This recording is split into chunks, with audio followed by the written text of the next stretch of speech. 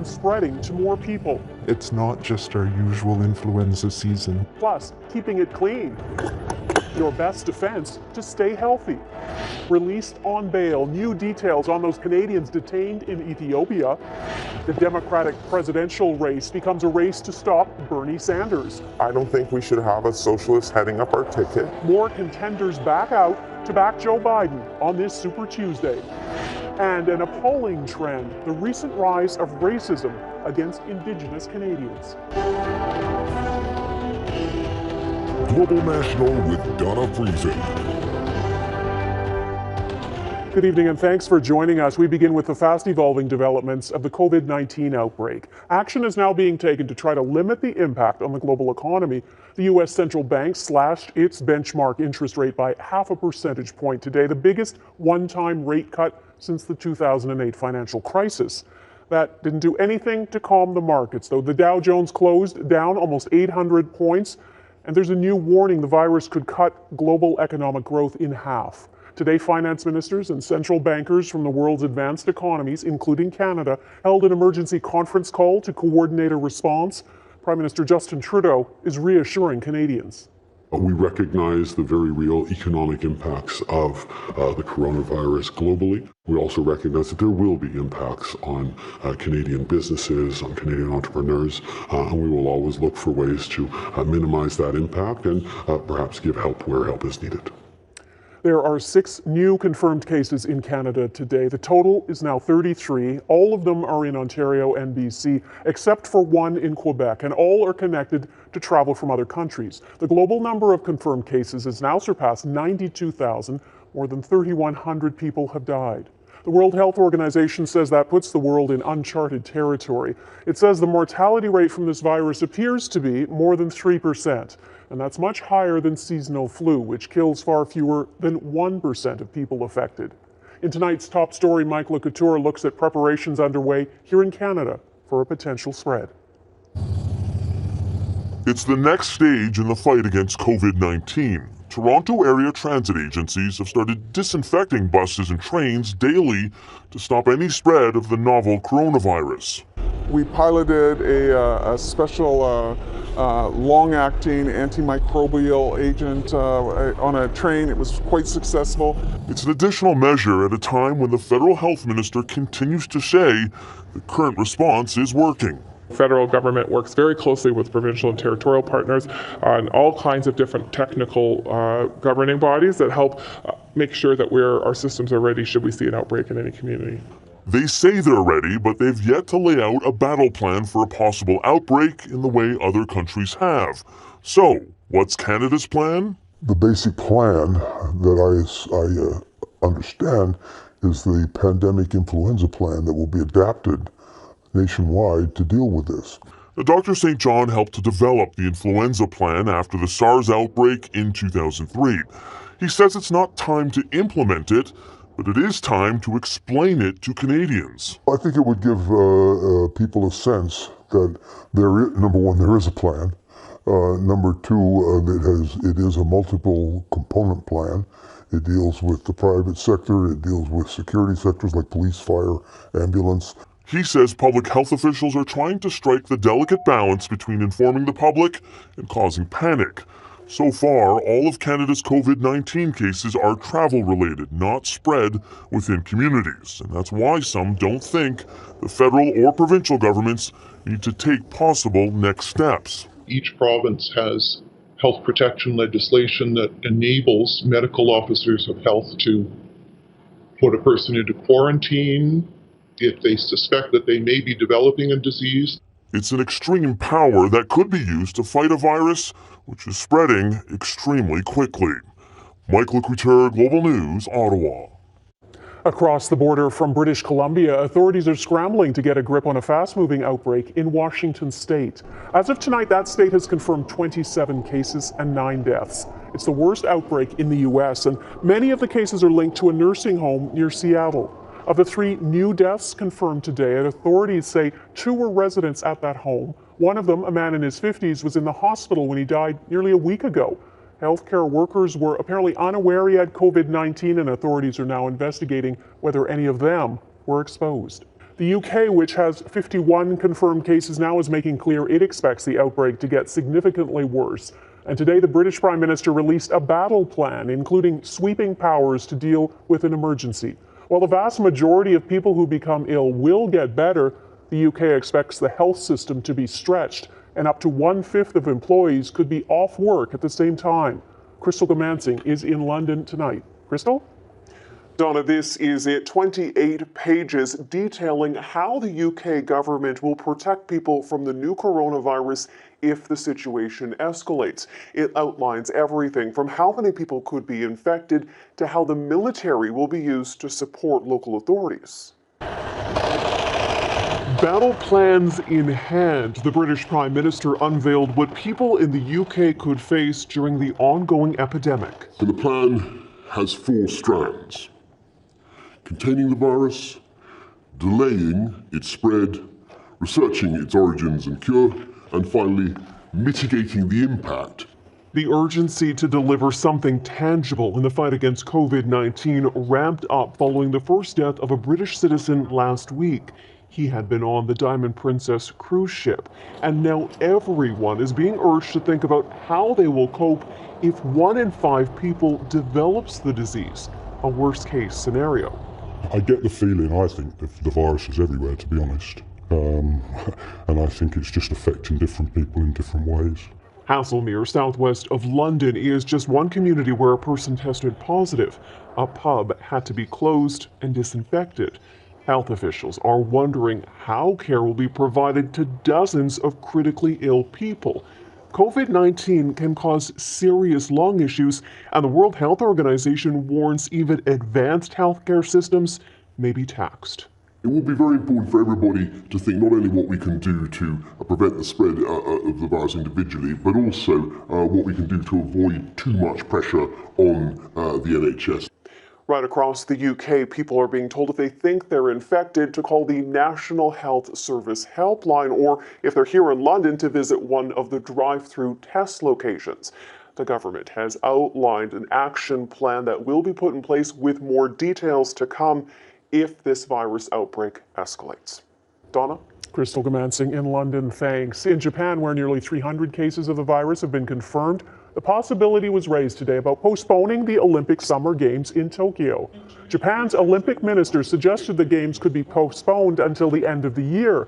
The IOC, though, says it is committed to kicking them off as planned on July 24th, and that athletes should keep training. In Iran, the virus has hit upper levels of government hard. It appears the entire leadership of that country may have been exposed. The outbreak in Iran is the deadliest outside China. More than 23,000 cases have been confirmed there. 77 people have died. And 23 MPs, about 8% of parliament, are now said to be infected. 2 high-ranking officials, including a top advisor to the supreme leader, have died. Ayatollah Khamenei appeared in public today wearing disposable gloves, and he hit back at allegations Iran has downplayed the outbreak. It's been handled with honesty and transparency, he says, and though the severity of it shouldn't be overblown, he did give the go-ahead to mobilize 300,000 soldiers and volunteers. The best way to protect yourself is the simplest way. Wash your hands thoroughly with soap and water. That hasn't stopped people from snapping up hand sanitizer, though it's becoming hard to find. We'll have more on that a little bit later.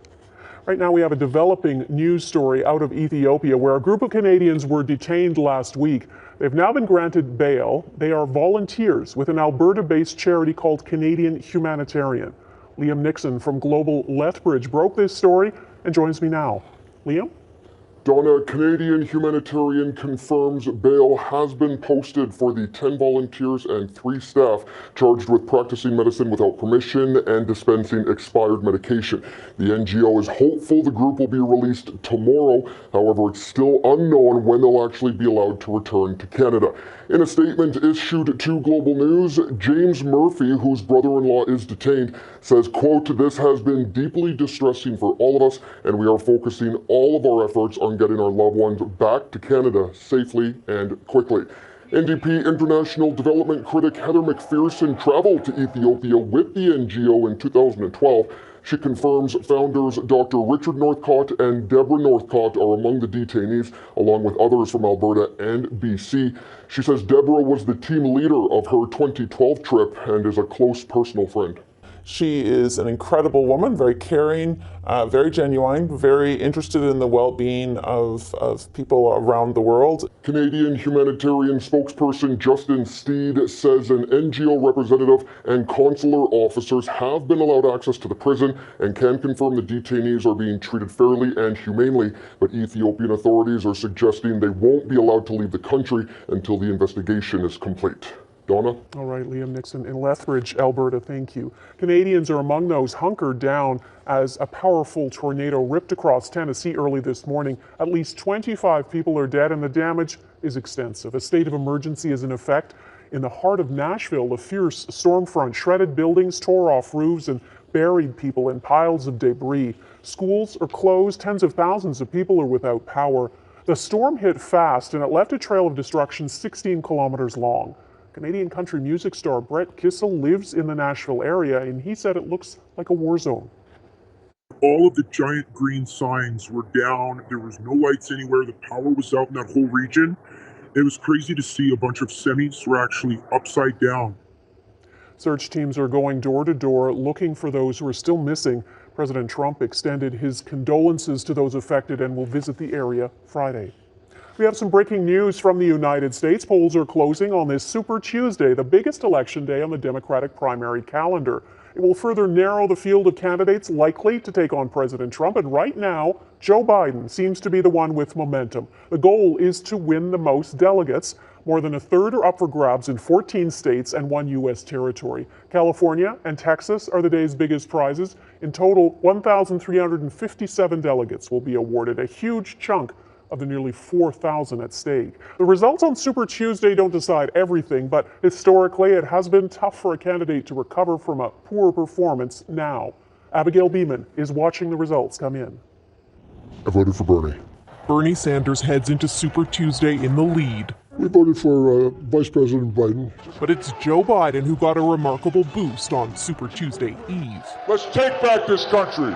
With endorsements from 3 former rivals. I'm delighted to endorse and support Joe Biden for president. While I'm ending my campaign, I can't think of a better way to end it than joining Vice President Biden. Did Joe Biden promise you anything? No, not at all. Amy Klobuchar wouldn't say whether she's interested in the vice presidential ticket. In Virginia, voters we spoke to hope she and Pete Buttigieg are rewarded somehow. I think they're great candidates, and it'll be a shame if we were to lose them completely. I thought they were class act, and we hope that they get a position in the new cabinet. We know that Democratic leaders are trying to make the case against Sanders, and the other candidates seem to be rallying to Joe Biden as the person who can prevent Sanders from getting the nomination. It's not just the corporate establishment that's getting nervous. The political establishment is getting nervous. Are you worried about Sanders? I am indeed. I think he's just going to divide the country, and I think he would have a hard time beating Trump in this environment. I'm here today because I believe in you. Meanwhile, Elizabeth Warren pushes to win in her home state of Massachusetts, where it's a fight with Sanders. And then a wild card. Former New York Mayor Mike Bloomberg is on the ballot for the first time. He's already spent more than $500 million on ads. Dual Canadian-American citizen Ajay Bhattacharya voted for him Tuesday. I think the balance of politics, he's not too extreme on either end, and I think he's going to be good for the country. He knows how to run a company, and he knows, I think he'll do well in terms of running the country as well.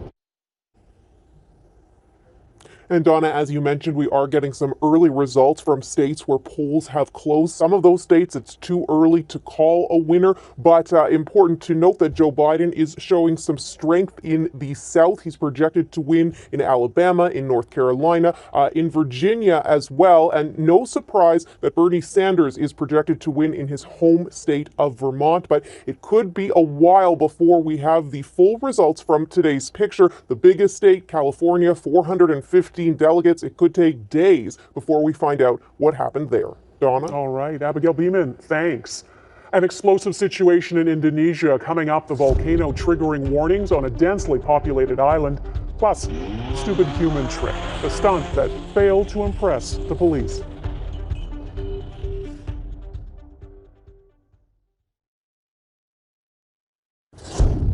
Indonesia's Mount Merapi has erupted on Java Island, the most populated island in the world. It shot a 6-kilometer high column of smoke and ash into the sky. This is the most active of 500 Indonesian volcanoes. The dust and ash forced the closure of a busy nearby airport. People are being warned to stay 3 kilometers away from the crater and that rains could carry lava to nearby communities. There's a big breakthrough in Australia. For the first time in nearly 8 months, there are no active bushfires in the state of New South Wales. It has been overwhelmed by wildfires since last July. The Rural Fire Service tweeted today that's more than 240 days of fire activity for the state. Record-breaking temperatures and months of severe drought fueled the fires across Australia. At least 30 people died, including a number of firefighters. More than 3,000 homes were destroyed, and more than 11 million hectares of brush and forest was burned, and an estimated 1 billion animals were lost. Recent cooler weather and rain helped crews get those fires under control, but residents are being warned hot, dry weather could drive up the danger again. Ahead, store shelves are short on hand sanitizers. Could a homemade recipe beat COVID-19?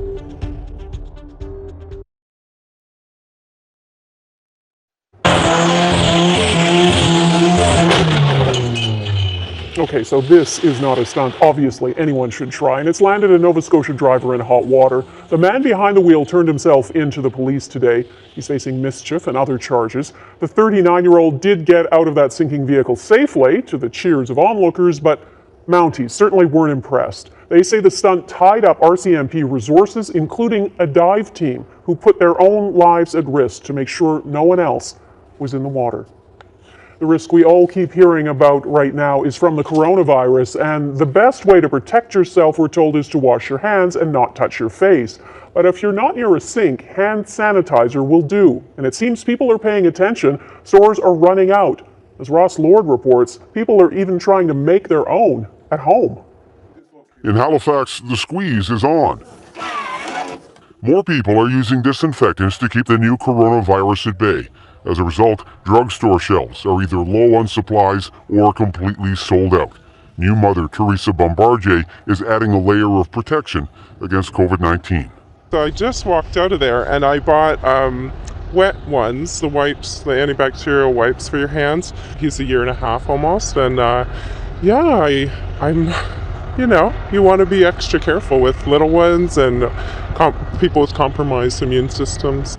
Stores that do have hand sanitizer in stock are running out fast. At this store, there were 200 containers to start the day. By noon, all but a handful were sold. Yeah, I did buy more. Went and got a big thing at Costco of the Lysol wipes. With liquid disinfectants becoming scarce, homemade solutions are being promoted online, like this one mixing an alcohol compound with aloe vera. This has turned into a gel-like substance. Disinfection Control Manager in Nova Scotia is confident mainstream sanitizers will kill the new strain of coronavirus, but she's reluctant to endorse do-it-yourself methods. As long as it has that higher alcohol content, it's fine, but I'm not an expert or know about these home remedies. It's not something we certainly do in healthcare. If sanitizers aren't available, good old soap and water provides protection too. You try to get up to 20 seconds. We tell you to sing happy birthday to yourself. That's one good tip. There are other new tips with each passing day, including the NBA discouraging players from high-fiving with fans. But officials in Canada continue to preach good overall hygiene and common sense as the best solution. Ross Lord, Global News, Halifax. Up next, the racist reactions to the rail blockades and who is hurting the most. Concern for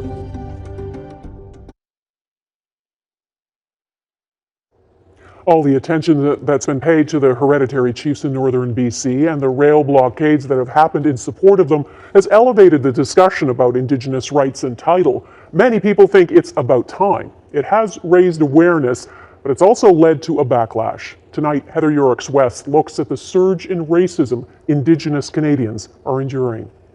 Some of my earliest memories leaving the reserve has been are to do with racism and being treated differently. Gabrielle Lindstrom says every Indigenous Canadian has come to experience racism many times in their lives, but the last few weeks have been particularly difficult as the recent protests give those with racist beliefs a feeling of justification. Sort of adds fuel to a fire that's been burning for hundreds of years. On Friday, the tension came to a head in this central Alberta town. The high school was locked down after videos containing racial slurs began circulating online.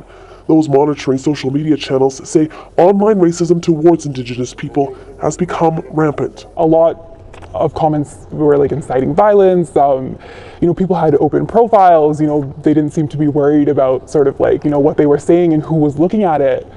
It was pretty awful. On globalnews.ca and its Facebook pages, social media journalists have had to delete hundreds of racist comments since the blockades began. Canada's anti-hate network, which monitors the activity of far-right and extremist groups, has also seen an increase in posts targeting Indigenous activists. It's a lot on Facebook, a lot on Twitter. It's been escalating since it began. But it's not just online. This Indigenous hockey player says she was called a racial slur during a recent game in Calgary. For Gabrielle Lindstrom, it's a reminder that even in a time of reconciliation, racist views against Indigenous Canadians are still widely held, and it hurts. It's the lack of action on the part of society to speak up against what is essentially violence, to speak up against it, and I think that's what hurts the most. It's just people watching. Heather Urix, West Global News, Calgary. And that is Global National for this Tuesday. I'm Donna Friesen. Tonight's Your Canada is Jasper, Alberta. We'd love to see Your Canada. Please email it to us, and thanks for watching. Hope to see you here again tomorrow. Bye-bye.